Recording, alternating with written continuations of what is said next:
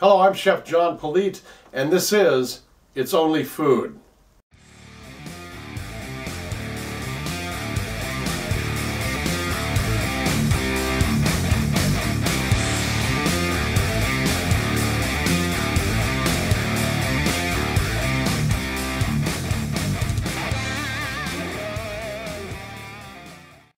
Well, hello everybody, and thanks for joining us today.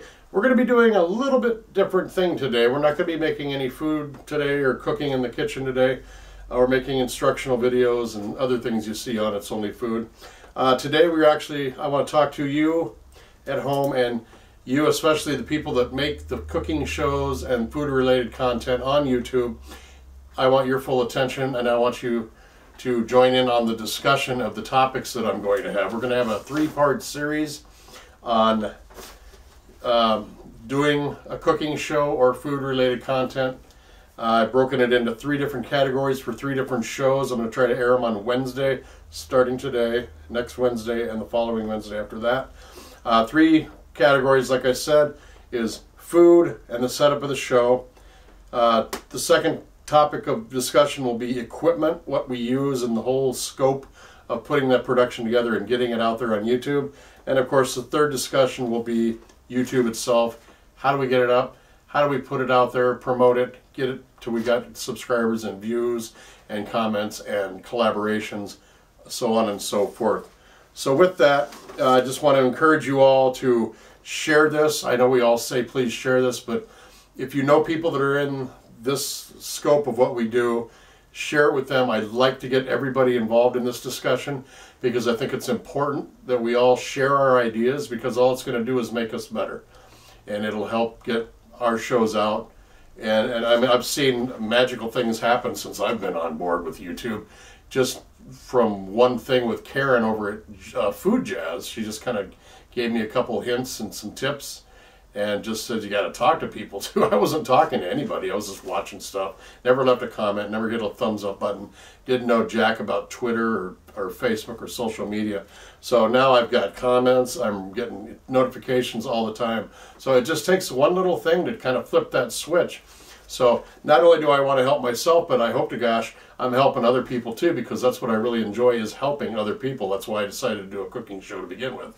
So, and that is a good segue, excuse me while I get comfortable here, into what we're going to talk about today.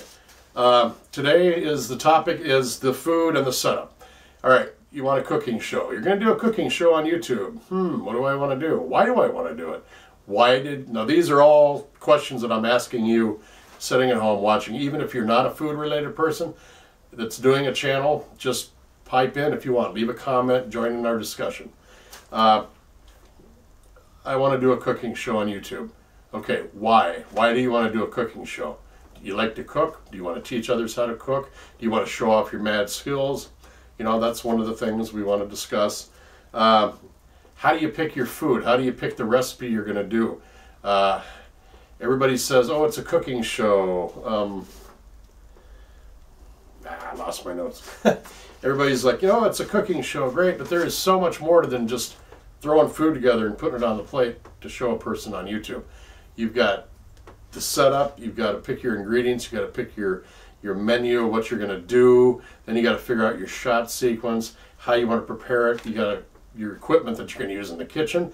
I mean, you can't do a deep fried object if you're going to have a deep fryer or something where you can actually deep fry something. You've got to think of your equipment in the kitchen too, and what you're able to put together, you know, on the show with what you've got available in the way of mechanical stuff. Not only your equipment to shoot the show, but what you're going to actually make. You've got to have the appropriate things to do. So I know that comes part. I mean, oh, you see a great recipe, you want to do it, but then you're thinking, well, how am I going to do that if I don't have this, this, and this to actually make it in the kitchen? So location, do you do it in your house? Do you actually have, like, I've got a set. I actually have a kitchen at work where I work that I can do shows in there too, and then I do it upstairs in the orange room kitchen up there where I can do, so I've got a little bit of versatility, and it's kind of nice because I can actually do different things and get different looks for each show. Your shot logs, I don't know, I want to get too technical, but I don't do this either. I don't do a storyboard for the whole show, but I visualize how I'm going to do it. And I know, and it's a good thing, that I see this a lot with other shows too, is that Not that it's repetitious or boring, but everybody does it the same way each time. So you kind of know what to expect. I know in my shows I'm jumping around and trying new ideas all the time, and it probably frustrates some of you guys too when you're watching mine. But my mind's just always going, you know, what I could do differently to make it, you know, they say content is king, so I want to have good content. I don't want to do flashy stuff with graphics and, you know, all that just to get people to watch. I actually want to teach them how to cook and get some good skills in the kitchen, so I've got to actually cook. But I'm getting off the topic here. One thing I do want to point out, this goes out to everybody that I'm friends with and subscribe to, and they subscribe back to me that are doing cooking shows. I do want to point out something because I am a professional in this industry for the last 35 years. I'm very, very happy to see everybody out there paying attention to cross-contamination.